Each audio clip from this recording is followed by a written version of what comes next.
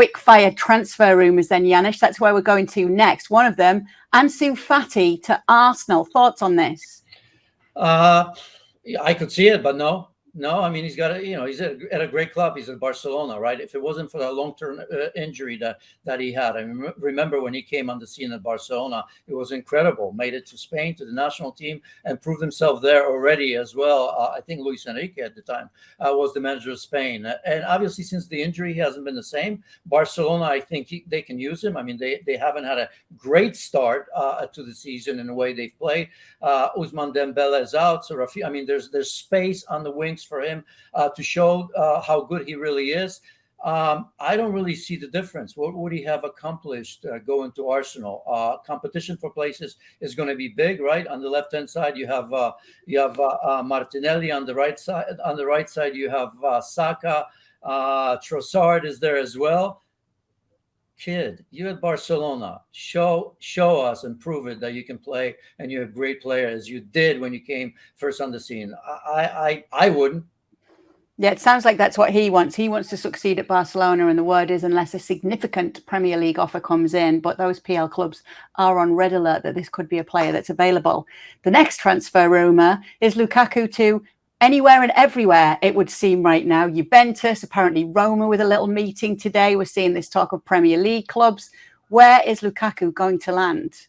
I don't know. I just hope that he keeps quiet and he keeps working hard, because he keeps shooting himself in the foot, right? I mean, the story with Inter to me is incredible. I actually can't believe it, right? Going back to Chelsea, then telling Chelsea that he misses Inter, goes back to Inter for the second time, does well, obviously, and now he wanted to go to our rivals Juventus, who, by the way, don't need him. Look at the start they've had to the season, and Vlahovic probably not going anywhere. So I don't know, but I think there's a quiet time for Lukaku now, and I'm speaking to him if I could. I'm taking a big leap, because I'm sure he knows what he wants to do and doesn't need me to tell him. But I think, who knows? Chelsea again, Spurs, that may be, Ange is doing some wonderful things, and he's a great manager, knows how to deal with people. It's a complete 180 with Spurs in the way they've played, just the style of play, long season, but great already. Richarlison, not excellent, that's for sure. No Harry Kane. Not a big move, obviously. Can keep the same house. So maybe Spurs.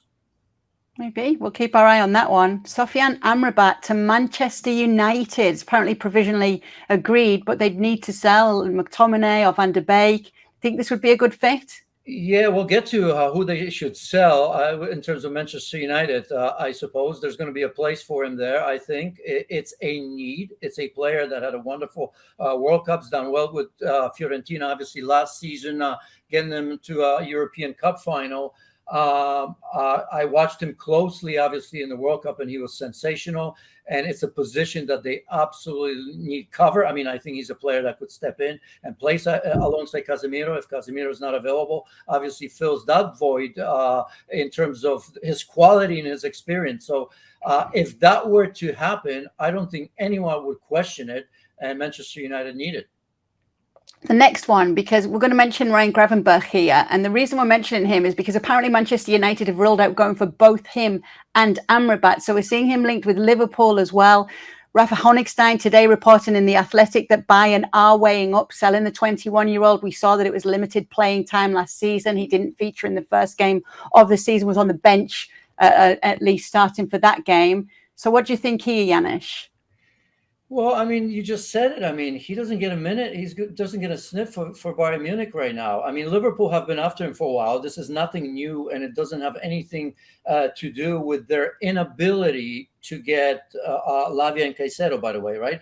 Plays differently. So this wouldn't be a panic move because they've been after him, right? I think a lot of probably fans will probably point to that. Oh, Liverpool panicking. They've been after him for a while. Okay, but does he make an impact immediately? Probably not. So to me, I'm not saying I've gone cold on this one, but I just don't think this is a player that comes in and makes an immediate difference for Liverpool.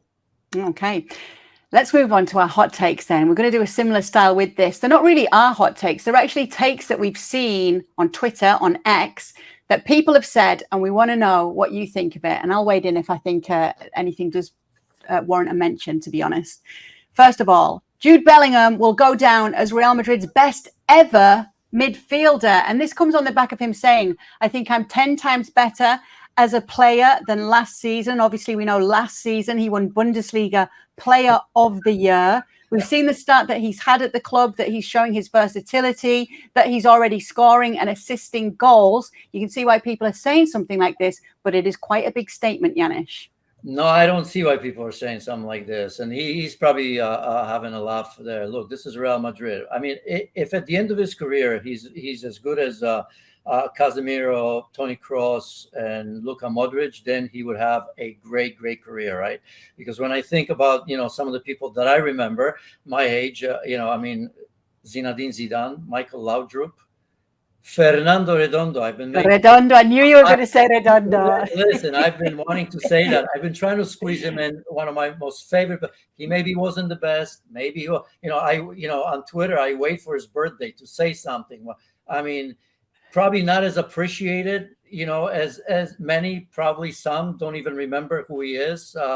But one of my favorite players, not just for Real Madrid, just in general, an Argentine. So this is absolutely crazy. We know it, but for somebody to even mention that on Twitter or anywhere else, it puts unnecessary pressure on, of course, on Jude Bellingham. I think he's done tremendously well, because it's not easy to transition into Real Madrid and have an entrance like he's had. So fair play to him, bravo. I hope he does well. But as I said, my goodness, this is royalty of football, some of the names that I've mentioned. And even the ones that he's playing alongside with, there's still a long ways to go. Thank you very much for watching ESPN FC on YouTube. For more highlights, analysis, and exclusive content, be sure to subscribe.